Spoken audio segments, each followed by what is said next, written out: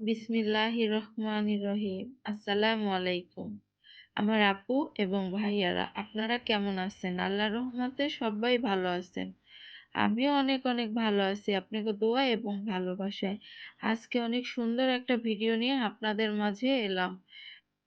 যদি আমার ভিডিওটি ভালো লাগে তাইলে আমার পাশে থাকবেন, আমাকে সাপোর্ট করবেন সবসময়। আর এই মুহূর্তে যে ভাইয়া আপুরা আমার ভিডিওটা ক্লিক করে ফেলেছেন, যদি একটা লাইক দিতে ভুলে গিয়ে থাকেন তাইলে একটা লাইক দিয়ে আমার ভিডিওটা দেখবেন। অনুরোধ রইল আপনাদের কাছে। কারণ একটা ভিডিও বানাইতে কিন্তু অনেক কষ্ট হয়।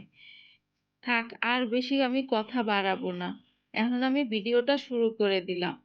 আমি আজকে ভোজন করব ১ কেজি মটরশুঁটি, আর হইছে ৩ টা ক্যাপসিকাম, আর হইছে গাজর। গাজর আমি সবটা করবো না, অর্ধেক করবো আর অর্ধেক রাইখা দিমু।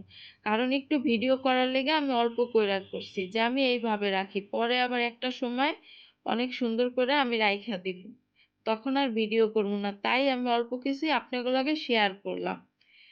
আমি মটরশুঁটিটি বাইছা নিতাছি। আর এই জিনিসগুলা যদি আপনার ফ্রোজেন করে রাইখা দেওয়া যায় তাইলে কিন্তু সারা বছরে রাইখা রাইখা খাওয়া যায়।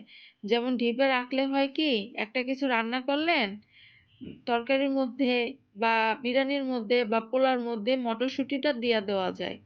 আবার ভর্তা বানাইলেও ভর্তা বানায় খাওয়া যায়। এই কারণে শুধু রাখা, আর কিছু না। আর আমি কিভাবে ফ্রোজেন করি ওই জিনিসটা একটু আপনাদের লগে শেয়ার করবো। বাছলাম মতন মটরশুঁটি কিন্তু অল্প কটা হইয়া গেছে, আর ময়লাগুলা দেখেন কতগুলা। এখন আমি একে একে করে সবগুলারে আমি ছিলা নিমু। গাজরগুলা,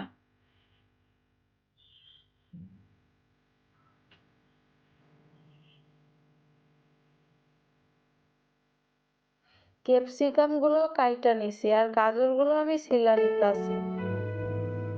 আর আমি বেশি গাজর ছিলবো না, আমি এই জায়গা থেকে দুইটা রাইখা দিমু।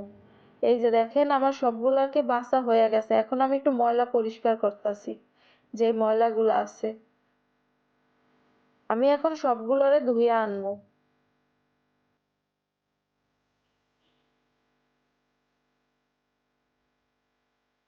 এখন ভালো করে পরিষ্কার করে আমি বটির সাহায্যে সবগুলা কাইটা নিব।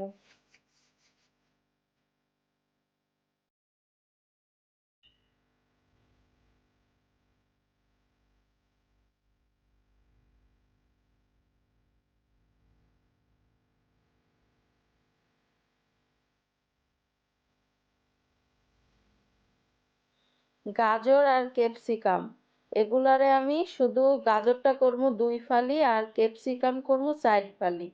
কেন, গাজরটা যদি আমি ২ ফালি করে রাইখা দেই, তারপরে এই হালকা করে একটা বলক দিয়া যদি নামাইয়া সুন্দর করে টিস্যু দিয়া মুইছা পরে যদি রাইখা দেওয়া যায়, তাইলে চাকুর সাহায্যে ছোট ছোট করে কাইটা নেওয়া যায় বা বটির সাহায্যে। যেমন কি আপনি ফ্রিজ থেকে বাই করে আপনার ৫ মিনিট নামায় রেখেই আপনি কাটতে পারবেন। বরফটা যাবতীয় যাবতীয় না ছোটে ওই মুহূর্তেই কাটতে হইবে। আর এই ক্যাপসিকাম গুলো এরকম, যেমন আমি ৪ ফালা করে রাইখা দিলে আমার যতটুক দরকার অতটুক আমি যদি গোল শেপের কাটি গোল শেপের করে কাটতে পারবো। আর যদি লম্বা করে কাটি লম্বা করে কাটতে পারবো। তাই এইভাবে রাখা। আমার মতো কে কে এইভাবে রাখেন কোন তো দেখি? আমি তো এরকমই রাখি সব সময়। যাতে আমার যেরকম যা কাটার দরকার ওরকম যাতে আমি কাইটা সবকিছুর মধ্যে দিতে পারি। আমার সবগুলো কাটাকাটির পালা শেষ। এখন আমি চুলায় পানি দিয়া দিছি। একটা কড়াইতে আমি বেশি করে পানি দিছি। আমি পানির মধ্যে কিচ্ছু মিশামো না। মানুষ দেখি লবণ মিশায়, নাহলে হলুদ মিশায়, অনেক কিছু মিশায়। আমি একই পানিতে সবগুলারে সিদ্ধ করে নিব। প্রথমে আমি ক্যাপসিকাম সিদ্ধ করব। এই যে আমি ক্যাপসিকাম গুলা দিয়া দিছি।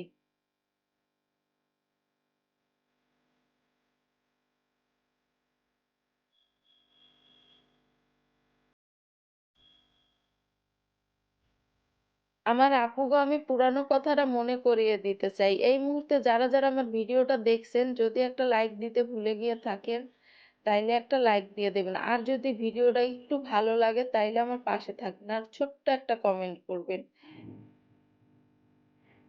আমার মনেও শান্তি লাগে আপনাকে কমেন্ট দেখলে।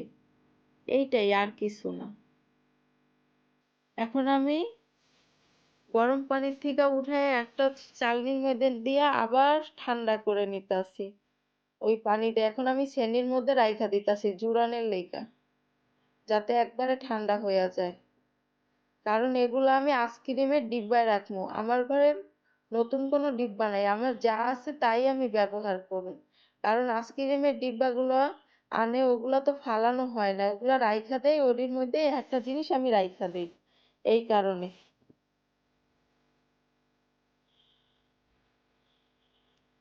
আর এখন আমি গাজরগুলারে সিদ্ধ করে নিব, ওই পানির মধ্যেই আমি দিয়া দিছি।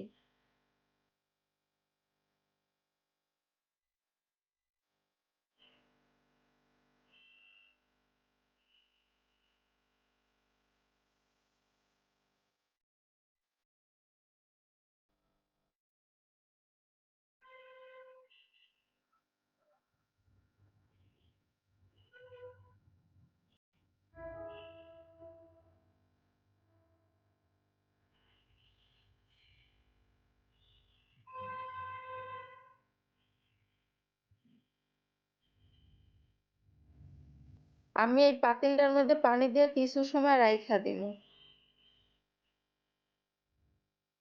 আমার এই গাজরটা কিন্তু পুরাপুরি সিদ্ধ হয় নাই, আমার যতটুক দরকার ডিপে রাখার লেগে অতটুকুই আমি সিদ্ধ করছি। আর এই যে মটরশুঁটিটা দেখতেছেন, আমি এটার বলকামো না, আমি নামাই ফেলামো এই মাত্রই। বেশি বলকাইলে তাইলে আবার বেশি সিদ্ধ হইয়া যাইবে।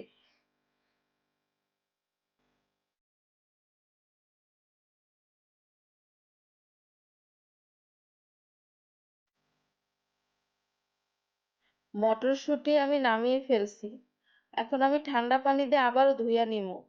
ধোয়া হয়ে গেছে, আমার মটরশুঁটি গুলা জুড়াইও গেছে, এখন শুধু ডিব্বায় ভরার পালা।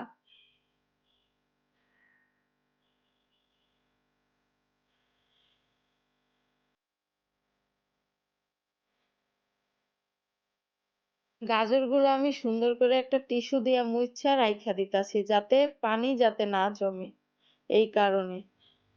আর এগুলা যখন বরফ হইয়া যাইবে তখন আমি একটা জি ব্যাগে ভইরা নিমু, যাতে আলগা আলগা যাতে থাকেই, আর কিছু না।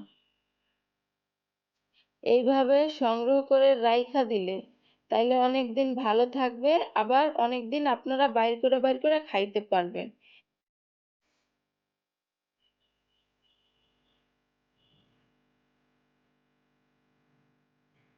এখন আমি একটা আইসক্রিমের ডিব্বার মধ্যে ক্যাপসিকাম গুলা রাইখা দিব।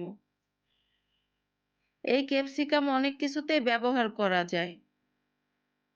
যেমন বাচ্চাদের আপনি সকালবেলা টিফিন দেবেন তখনও ব্যবহার করা যায়। তারপর অনেক কিছুতেই ব্যবহার করা যায়। এই কারণে আমার রাইখা দেওয়া। তারপর সামনে রোজার মাস আসতেছে, কত কিছু কইরা খাওয়া যাইবে কন তো। এই কারণে আমি এই কটাই রাখমু। আরো কটা রাখমু পরে, আপাতত আমি এগুলাই রাখমু। তারপর আবার রোজার মাসে তানভীরের বাবা আবার অনেক বাজার করে, যেমন কি যেটা না লাগে ওইটাও নিয়ে আহে। তখন আবার যদি একটু বেশি হয় ওগুলারও আমি রাইখা দিতে পারবো। এই কারণে আমি বেশি আর রাখবো না, কারণ টাকারও তো একটা ব্যাপার আছে। কারণ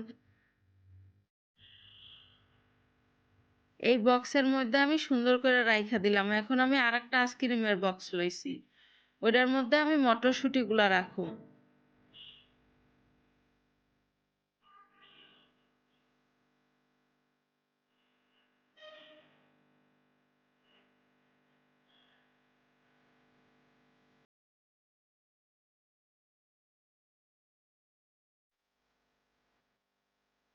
আমার এই বক্সটাও হইয়া গেছে, এখন আমি তিনটা বক্স একটু শেয়ার করব। আর আমার ভিডিওটা এই পর্যন্ত যারা যারা দেখছেন তাদেরকে জানাই অসংখ্য অসংখ্য ধন্যবাদ এবং ভালোবাসা। আমি আর ভিডিওটা বেশি বাড়াবো না, সবাই ভালো থাকবেন, সুস্থ থাকবেন, আমাদের জন্য দোয়া করবেন। আমিও আপনাগুলোকে অনেক দোয়া করি। আল্লাহ হাফেজ, আসসালামু আলাইকুম।